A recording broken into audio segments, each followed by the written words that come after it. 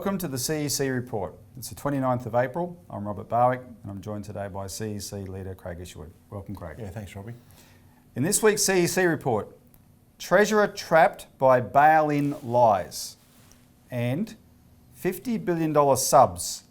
No lack of money for war, create credit for peace. So first, Treasurer trapped by bail-in lies. Craig, in a moment, we're going to go through a letter that Treasurer Scott Morrison wrote to a constituent refuting what we say about bail-in, right? And we're going to go through it blow by blow because it's unbelievable how blatantly he lied. They will give him the benefit of the doubt that he might not know he lied. No. If he believes this stuff, it's even scarier. No. But we'll do that. But before we do that, we've just been sent a video by a supporter in Geelong named Fred, who went to a Bill Shorten event down there on the 3rd of April. And he got to ask Bill Shorten about bail-in and Glass-Steagall. So we want to play that video because what we're going to show is that the essential problem we're dealing with that we're going to talk about with Scott Morrison is not unique to him. It's a Labor Liberal problem. It's not just Liberals, right? And it actually shows up, as we'll talk about in a sec, Bill Shorten to be not very genuine, in fact not genuine at all in his calls for a Royal Commission. But let's go to the video. Welcome to Grovedale, and my name's Fred. Like you said earlier, you're a strong opposition. On previous public meetings, you have been asked for comments on bail-in and Glass-Steagall law. You obviously know about such law. My question to you, I want to know when you are going to put it out for public debate and enact this law to save the countries from financial ruins. Thank you. The answer that I'll give this time has been the same as it's been raised in the past. Sometimes this question gets asked by people from the Citizens Electoral Council. We're not going to introduce the Glass-Steagall law. So, that's not an answer question quickly. On Lisa on climate change, it is one of Labor's top issues. So Craig, Bill Shorten has called belatedly for a Royal Commission of the banks, but what he says there is he's straight away, preemptively ruled out, and emphatically so, any Glass-Steagall. Any discussion. How genuine is his call? He's not. I mean, to the point, any discussion at all about the banking system has to take into two important considerations. One is Glass-Steagall, which is the separation of the commercial banking system, the ordinary boring banking from the merchant investment banking, because the merchant investment banking is pure speculation. And secondly, it has to take on what we call a Pecora Commission. Now, Ferdinand Pecora was the guy that actually prosecuted bankers back in 1933 for the crimes that they actually committed. So a Royal Commission, look, we know about Royal Commissions, usually the outcome's already predetermined by the set of rules. Yeah, often called Royal Cover-Ups. Because of the guidelines that they put in place. But what Ferdinand Pecora was able to do was actually jail bankers, and in the context of Roosevelt bringing in this Glass-Steagall, we actually had a stable banking system for 40 years, right the way through the 40s, the 50s, 60s, 70s, 80s, right up until the 90s. And this is what our political figures actually have to grasp. And there's a real irony here, Robbie, because look, our parliament's full of bankers and it's full of lawyers. Now, it would only take one gutsy lawyer type MP to stand up and do what is necessary to introduce Glass-Steagall. It's not rocket science, the predicates are all there. And you've got tons of bankers that know how to do it from the system itself. Of course. So you could say the brains trust in that area, maybe not everywhere, but that particular area is there to be able to do, one, put Glass-Steagall in straight away, and two, run a Pecora Commission without the need of a... And Craig, the particular predicates that have come out about the banks that have led to calls for a Royal Commission are predicates that arise from the fact there is no Glass-Steagall, because all these investment advice businesses and insurance businesses, etc., that the banks are part of, under Glass-Steagall, they wouldn't have those businesses, right? They wouldn't be part of that. So anyway, that is... And Robert, make the point that under a deregulated system, all of that financial advice, in effect, is deregulated. It wouldn't matter what the best intentions of financial advisors were, if they're honest, hard-working, people trying to protect savings and so forth. The very underpinnings of the entire system, because it's not regulated, because there's no Glass-Steagall, is built on a foundation of shifting sand. So I would say to voters, after seeing that, if Bill Shorten is so quick to rule out Glass-Steagall now, I wouldn't even trust his call or his promise for a Royal Commission into the banks, right? Both parties are beholden to the banks, not just the Liberals. Labor is very dependent on the superannuation that's involved in the union movement, Craig, and banks have a lot of say over that superannuation. So don't trust his calls for a Royal Commission if he's going to rule out Glass-Steagall. Now, we thank Fred for sending that in, and Fred, you did a great job in asking that question and showing Bill Shorten up like that. Now, let's move on to Scott Morrison, with the benefit, we have the benefit of this letter thanks to another supporter who took up the issue of bail-in with his local member who passed it on to Scott Morrison. So today's agenda of the CEC report, Craig, is being driven by viewers, so we appreciate that. But it's given us some claims that we can very easily refute, and we're going to go through them one at a time. So here's the deal. This is a letter that Scott Morrison wrote on the 18th of March. And he's responding to this constituent's letter to a local member about bail-in that was forwarded to him, like I said. What his letter shows is he's in complete denial about the real condition of the banking system, or he's lying. One of the two, and we'll now go and establish that. So I'm going to say what Scott Morrison wrote, Craig, and I want you to respond blow by blow to everything he raises. So the first thing he wrote at the beginning of the letter: I can assure your constituent that the Australian government is not preparing legislation to seize bank deposits in times of financial instability. So what do we say to that? Robbie, first of all of our closest trading partners, the United States, the UK, New Zealand. Especially New Zealand, all have bail-in provisions right now. So what are we saying? Australia's not going to go in the same direction as all these other countries? Of course we are. But more the point is that APRA's already come out and publicly said, look, we don't need to because we already have the required powers. Yeah, we made a big stink about this in 2013-14. We got the report, Financial Stability Report said in 2013, bail-in legislation is in train in Australia. We went on huge mobilisation against it. We know, Craig, that we frightened them from going ahead with that legislation because it's electoral suicide if the public know that their politicians have just voted through a law that they can steal their deposits. So then in 2014, APRA says to the Financial System Inquiry, oh, well, we don't really require special legislation. We've already got the powers under existing legislation. And interestingly, Robbie, back in 2012-13, the UK was busily preparing legislation for bail-in, which only just came into effect, or effectively this year, across Europe, but last year in the UK. But the point is that they were already preparing it back then. Yeah. Now, when they said legislation is in train, we believe that there was legislation being written. It would have been what's called omnibus legislation, going through and covering a number of different acts of Parliament, as did the UK legislation, and it would have been put up as a fait accompli. Now, we did a massive mobilisation. We had hundreds and hundreds of people sign, don't seize our bank deposits, because this was on the back of the Cyprus model, which is, people might remember how people in Cyprus literally had their deposits taken. We had a full page ad in the Australian newspaper. We've just put out a New Citizen to this effect right now, pointing out this issue, that this Cyprus model is in fact the model for the world. Yep. So there's no doubt upon it in our mind that our massive, and it was a big mobilisation back in 2013 to shine a very strong spotlight on this issue, caused the bureaucrats, it caused the politicians to totally freak out and say we can't go there. But they already knew that APRA had the powers. Yep. Well, and so I'll just mention two things before we have a quick break. One is what APRA does deny here, that what they intend to do has anything to do with deposits, and but that, Craig, just comes under the category of trust us. Well, we're not going to trust you, given, as you said, our partners, our closest economic partners, all have the same issue. We can't trust them because they don't put Glass-Steagall into place. And that's right. And second, every other jurisdiction that has bail-in, like New Zealand and the UK and US, where deposits can be bailed in, the public found out about it after the fact, right? We intercepted this before they were able to pass it, and that's what stopped it. but they've come up with another way to do it. So we'll take a break. When we come back, we'll go through the rest of this letter.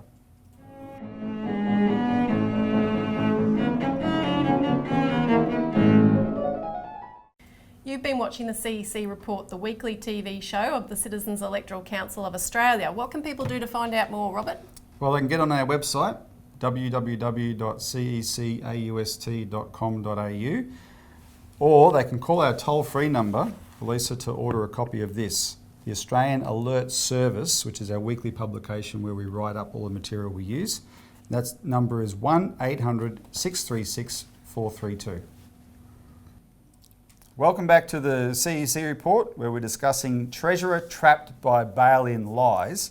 And it's a letter that Treasurer Scott Morrison has sent to a constituent responding to the constituent's concerns about bail-in. And we're going through the letter blow by blow so that Craig and I can refute what the Treasurer claims in his letter. So the second thing he said in the letter, Craig, is the Australian banking system continues to perform strongly. Australian banks are profitable, well capitalised and well managed. Well, Rob, I think they get this letter out of the bottom drawer of the filing cabinet just to pull out when it's needed, right? Because it's absolutely insane. Why have you got this cacophony of voices calling for royal commissions if everything is so well managed? Well managed. I mean, and this idea of being well capitalised, that's a complete joke. Because look, Joe Hockey, Morrison, all these guys come out saying it's well capitalised, but just last July, APRA came out and said that the banks required much more capital. Yeah, they admitted they don't have enough capital. And Alan Kohler observed on April the 6th that APRA comes out and says this. The fact is, as the point he makes, is back in 2007, the banks only had 5% of actual real capital. Now, there's this thing called risk-weighted capital, which is a trick that's used. It's a technique used to try and measure capital between international banks. It's a fig leaf, yeah. And of course, the risk-weighted capital is always much higher, but the real capital is that which is relied upon when the system comes down. Now, back in 2007, it was 5%. Now, it's only risen today, after 8-9 years, to 5.3%. So we've got no change in the actual underlying capitalisation of the banking system.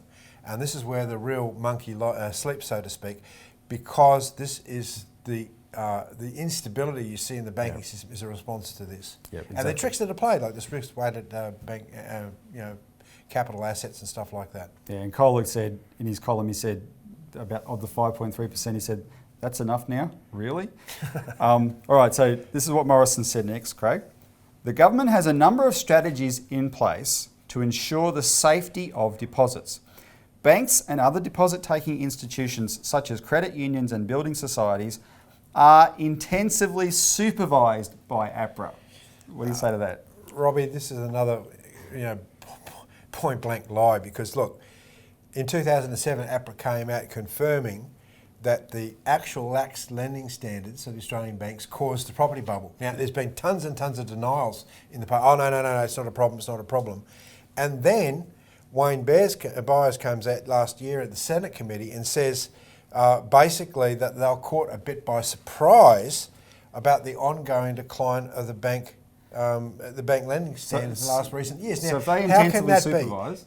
Exactly. If they're intensively supervised, how can they be caught by surprise? That's right. I mean, well, there's a real problem here. Well, Craig, and I have my own experience with this. So in 2014, I was part of a CEC delegation to Canberra that accompanied Daisuke Kitagawa, who was the former Deputy Director of the Ministry of Finance of Japan, who dealt with a banking crisis in the late 90s using Glass-Steagall powers, sent bankers to jail and cleaned up the Japanese banking system. And he was also Japan's representative at the IMF. So he's a top guy in international financial circles. He came to Australia so we could talk to members of Parliament here about Glass-Steagall. We had a meeting in Joe Hockey's office. He wasn't there, but his chief economist, Tony Pearson, was there. Now, Tony Pearson was a banker who became Joe Hockey's chief economist and is now back to being a banker again. That's what I'm saying about these bankers, Robbie. They're everywhere in Parliament. They are. They easily put in Glass-Steagall. So he said the same thing to Daisuke. He said, APRA intensively supervises Australia's banks. And Daisuke said, in his thick accent, he said, very, very good. I just have one question. How many supervisors does APRA have? And the blood drained from Pearson's face. Like, he was completely stumped. He had no idea how to answer that question. His office supervises APRA, right? They had no idea how many supervisors APRA has because, and Dyska just showed him up. It's one thing to claim that you have a supervision regime, but unless you got the cops on the beat, you're joking, right? So that proves, we know from that experience and just from everything else that leaks out as you've referred to, that is a heap of rubbish. All right, just quickly, the last two things. Morrison said, quote, depositors' claims are explicitly protected by the Banking Act 1959. In the unlikely event of a bank failure, Australian depositors have priority claim on the assets of a failed authorised deposit-taking institution, which is another way of saying bank or building society, ahead of other unsecured creditors. This is known as depositor preference and has been a long-standing feature of Australia's financial system. Yeah, this is smoke and mirrors, Robbie, because what people think, oh, that means I've got a guarantee. No. What he's saying is it's a preference, which means that other creditors get chopped first, you might say. That's right. But it doesn't mean that bank deposits are not touched. It's just to the last of the pile. So any major calamity, bank deposits can be taken. And this is what people have been lulled into a sense of false security about, because this is what they intend. This depositor preference is not a guarantee. And then the last thing Morrison said was deposits are protected by the government's financial claims scheme, which guarantees deposits up to a cap of $250,000 per person per bank per ADI. APRA administers this scheme and details are available on its website. Well, listen, read their own material. The Council for Financial Regulators, which is APRA, ASIC, the Treasury and the Reserve Bank, have come out and said that in the case of a major collapse of one of the big four, it won't work. Because there's $20 billion they provide to cover $200 billion in deposits in a major bank. Yeah, Can't work. That's right. And there's four of them. There's about $900 billion of so-called covered deposits. So it's not going to work just from the maths, right? But the other thing is that other institutions, the Financial Claims Scheme based in the Bank of International Settlements, has come out and very clearly said... The Financial Stability Board. Sorry, the Financial Stability Board.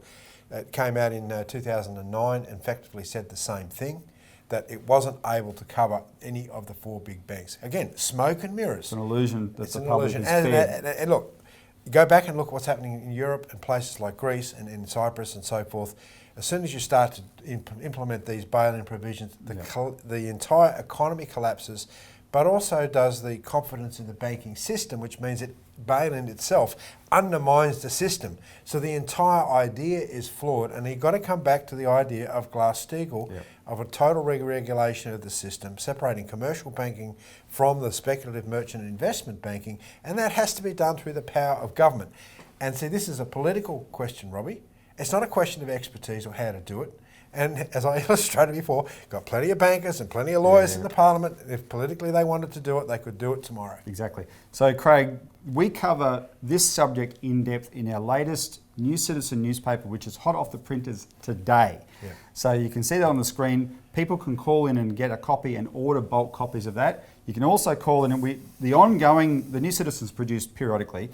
We have a weekly magazine, the Australian Alert Service, where we report the ongoing campaign against bail-in and for Glass-Steagall. I just want to make a point. Our latest New Citizen has the list of the CEC's election policies and our candidates. So you can see those on the screen. But one of the things we say in the Glass-Steagall policy, that the success of the Glass-Steagall Act in America from 1933 to 1999 proved that the best way to protect deposits is to make sure that the deposit-taking banks don't take risks. That's it. Yep. Right? And if you want to protect your deposits, fight for Glass-Steagall. All right, enough with that subject. When we come back, we're going to talk about French submarines.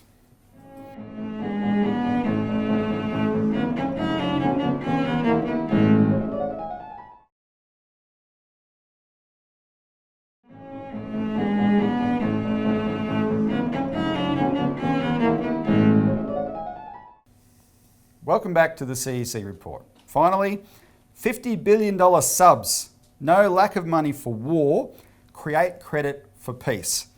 Craig, we're about to talk about the economic aspect of this subs decision, but before we do, we are always warning on this program that the people who are running foreign policy in Australia are pushing for a war with Russia and China in league with the neocons in America and the people under the crown in the United Kingdom. So last night on the Bolt report, on Sky News. Andrew Bolt interviewed Tony Abbott. Now, Tony Abbott's reply to this question got attention, but listen to the question itself and the implications of that, and then Abbott's stupid reply. Tony, in a conflict with China, in the trench next to you, do you want a French sailor or a Japanese one?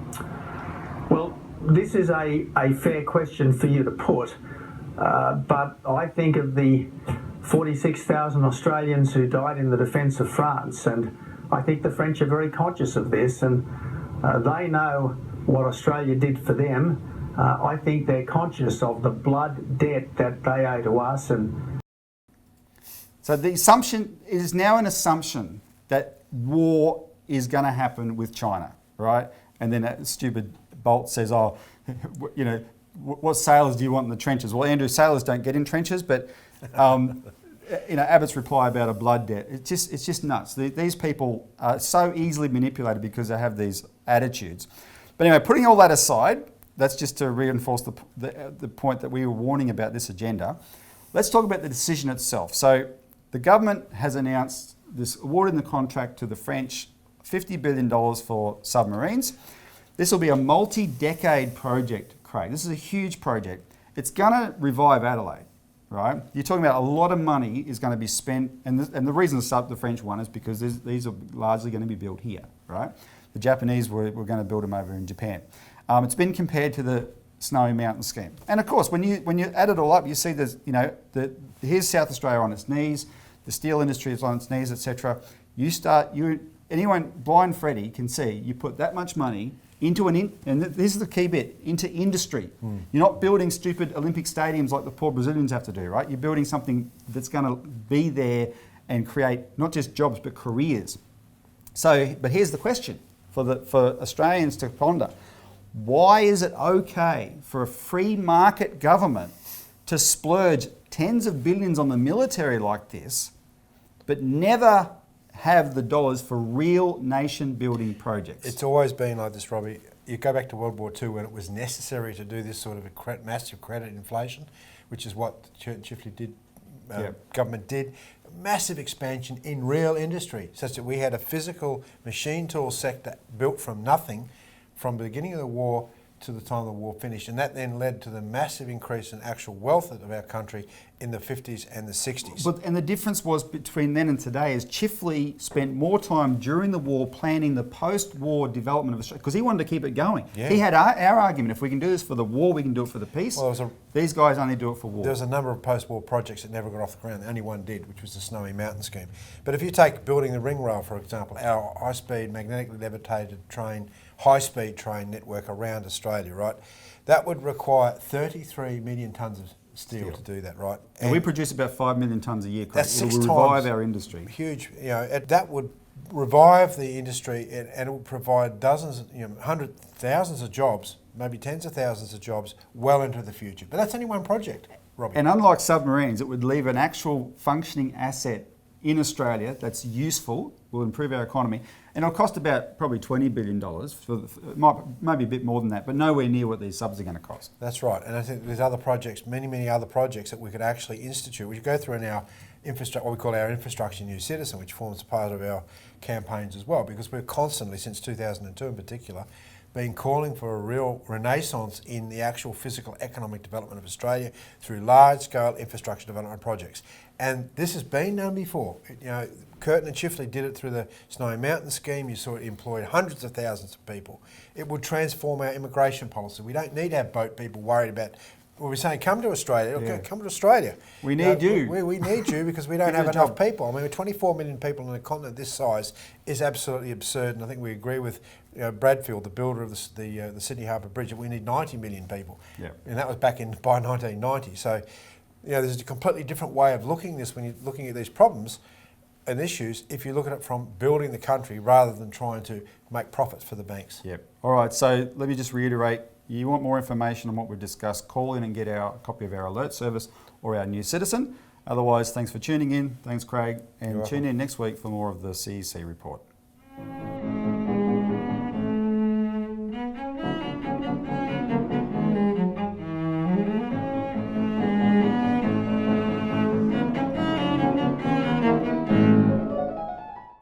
You've been watching the CEC Report, the weekly TV show of the Citizens Electoral Council of Australia. What can people do to find out more, Robert?